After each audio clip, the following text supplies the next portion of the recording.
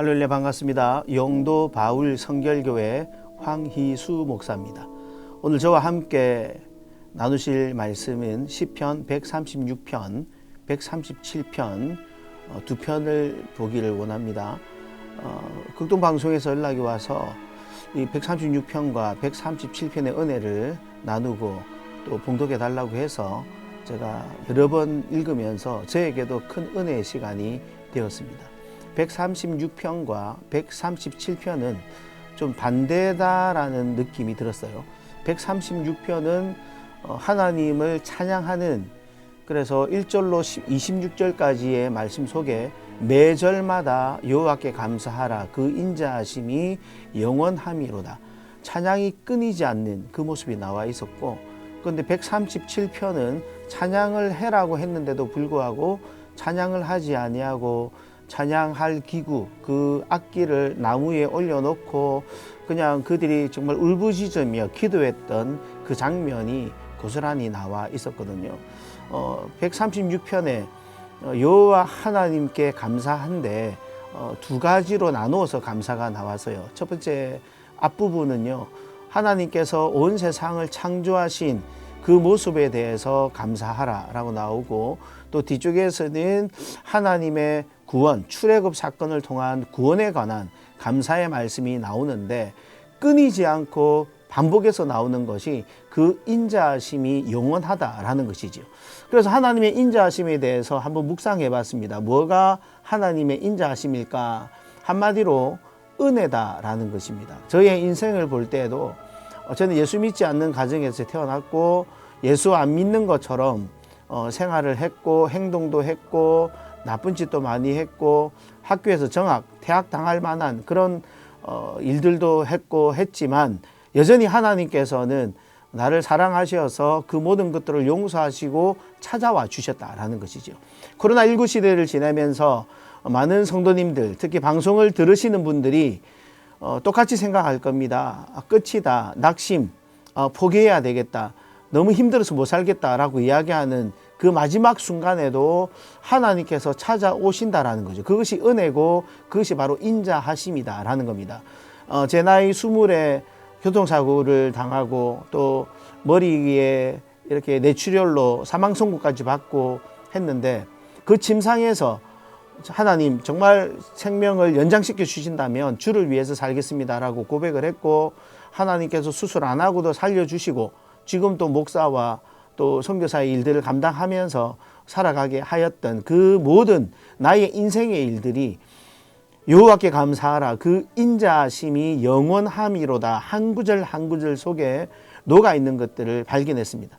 오늘도 방송 들으시는 우리 성도님들, 하나님을 믿든 하나님을 믿지 않는 분들이든 어쩌다가 채널을 돌려서 이 말씀을 듣는 분들이건 시편 136편 말씀을 묵상할 때에, 들을 때에 그런 하나님께서 나를 사랑하시고 나에게 은혜를 베푸시고 그 인자하심이 영원함이다라는 그 사실을 기억하시고 하나님께 감사하는 성도, 찬양하는 성도님들이 되시기를 주님의 이름으로 축원합니다.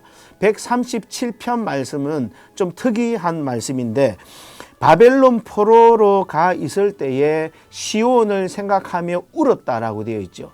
예루살렘을 생각하면서 울었다라는 것입니다. 왜 그들이 눈물을 흘렸을까? 2절 말씀에 그 버드나무 위에 우리의 수금을 걸어 놓았다라고 되어 있습니다. 하나님을 찬양해야 되는 그 악기를 품고 노래해야 되는데 그 수금을 버드나무 위에 올려놨다, 안 하겠다라는 소리거든요. 왜냐? 싫다라는 겁니다. 그 마음에 뭐 싸우치는 것들이 있겠죠. 그러면서 3절과 4절 내려가면서 뭐라고 하냐면, 바벨론 사람들이 이 포로로 잡혀왔던 이스라엘 사람들에게 하나님을 찬양해라, 그 악기로 우리의 흥을 돋아라 라고 하지만 찬양은 하나님께만 드려지는 것입니다. 그런데도 불구하고 그들이 그 악기로 나를 찬양을 해라, 우리를 찬양하고 흥을 돋우라 라고 하는데, 그들의 심정을 생각할 때에 참으로 예루살렘에 있는 그 모습, 시온을 생각할 때에 눈물을 흘릴 수밖에 없었다라는 것이죠. 그리고 연이어서 이어지는 말씀 속에 보면, 내가 만약에 예루살렘을 잊어버린다면 내 팔을 꺾어버리고 내 혀가 입 천장에 붙을지라도 나는 예루살렘을 기억하고 배신하지 않겠다라는 그런 뜨거운 마음들이 오늘 시편에 나와 있습니다. 뭡니까? 몸은 예루살렘을 떠나 있고 포로 생활하는 가운데 있지만, 그러나 하나님은 여전히 나를 사랑하시고 우리를 사랑하시고 우리를 회복시켜 주시고 우리를 승리하게 하시는 그 하나님이심을 노래하는 것이 바로 시편 137편의 말씀이다라는 것이죠. 오늘도 이 두 말씀을 통하여서 우리의 삶을 통해 역사하시는 그 구원의 하나님, 창조의 하나님을 찬양하시고 또 그 하나님 앞에 기도함으로 응답받으시기를 주님의 이름으로 축원하며 연이어서 136편, 시편 137편 말씀을 읽어드리겠습니다. 시편 136편. 여호와께 감사하라. 그는 선하시며 그 인자하심이 영원함이로다. 신들 중에 뛰어난 하나님께 감사하라. 그 인자하심이 영원함이로다. 주들 중에 뛰어난 주께 감사하라. 그 인자하심이 영원함이로다. 홀로 큰 기이한 일들을 행하시는 이에게 감사하라. 그 인자하심이 영원함이로다. 지혜로 하늘을 지으신 이에게 감사하라. 그 인자하심이 영원함이로다. 땅을 물 위에 펴신 이에게 감사하라. 그 인자하심이 영원함이로다. 큰 빛들을 지으신 이에게 감사하라. 그 인자하심이 영원함이로다. 해로 낫을 주관하게 하신 이에게 감사하라. 그 인자하심이 영원함이로다. 달과 별들로 밤을 주관하게 하신 이에게 감사하라. 그 인자하심이 영원함이로다.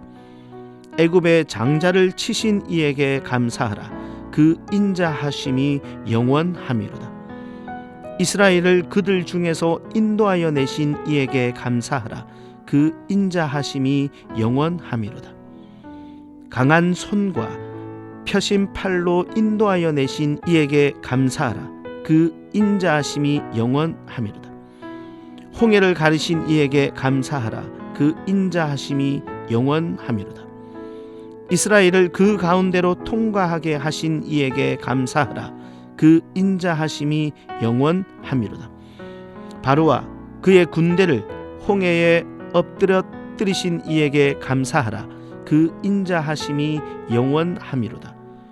그의 백성을 인도하여 광야를 통과하게 하신 이에게 감사하라. 그 인자하심이 영원함이로다. 큰 왕들을 치신 이에게 감사하라.